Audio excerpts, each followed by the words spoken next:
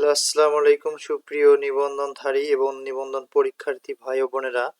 আশা করি আপনারা ভালো আছেন। আজ আমরা দক্ষ ভারাক্রান্ত মন নিয়ে একটা গুরুত্বপূর্ণ বিষয় নিয়ে আলোচনা করব। যেটি খুবই দুঃখজনক যে নিবন্ধন থেকে নিয়োগপ্রাপ্ত কোনো শিক্ষক বা কর্মচারী ঠিক সময় মতো কিন্তু তাদের অবসরকালীন ভাতা পাচ্ছে না। আজ একটা দুঃসংবাদ, সেটি হলো, চলুন আমরা দেখে নেই। অবসরকালীন ভাতা পাওয়ার আগে মৃত্যুবরণ করলেন বেসরকারি শিক্ষা প্রতিষ্ঠানের কর্মচারী।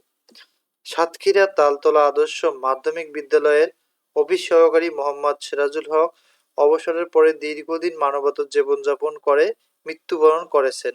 তিনি 1964 সালের 2 মে তালা উপজেলার কাপাসডাঙ্গা গ্রামে জন্মগ্রহণ করেন। দরিদ্র পরিবারে জন্ম নেওয়া সিরাজুল হক পড়াশোনায় মেধাবী ছিলেন এবং MA BEd ডিগ্রি অর্জন করেছিলেন।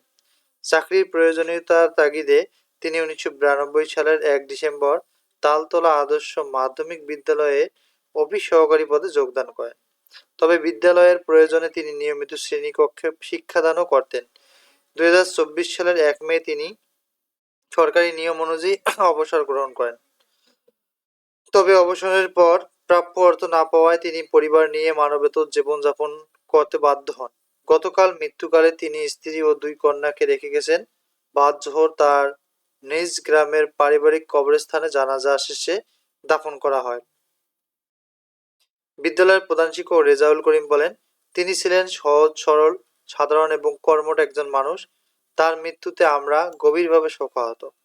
সিনিয়র শিক্ষক বাবু হরেন্দ্রনাথ জানান, চাকরি জীবনে তিনি সদালাপী ছিলেন এবং তার প্রয়াণে আমরা সবাই মর্মাহত। সিনিয়র শিক্ষক SM মুর্তজা আলম বলেন, তার মৃত্যুকে মেনে নেওয়া খুব কঠিন।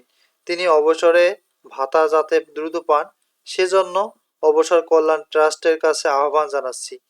বিদ্যালয়ের শিক্ষক মণ্ডলী মরহুমের আত্মার মাগফিরাত কামনা করছি। তো এটি একটা ব্যাড নিউজ। আমরা চাই খুব দ্রুত সময়ে অবসরকালীন ভাতা দেয়া হোক বেসরকারি শিক্ষক বৃন্দকে এবং কর্মচারীদেরকে, যাতে তারা তাদের শেষ জীবনে সেগুলো ভোগ করে যেতে পারে। তো আমাদের তথ্যগুলো যদি আপনাদের ভালো লাগে অবশ্যই আমাদের চ্যানেলটি সাবস্ক্রাইব করবেন। Thank you for watching.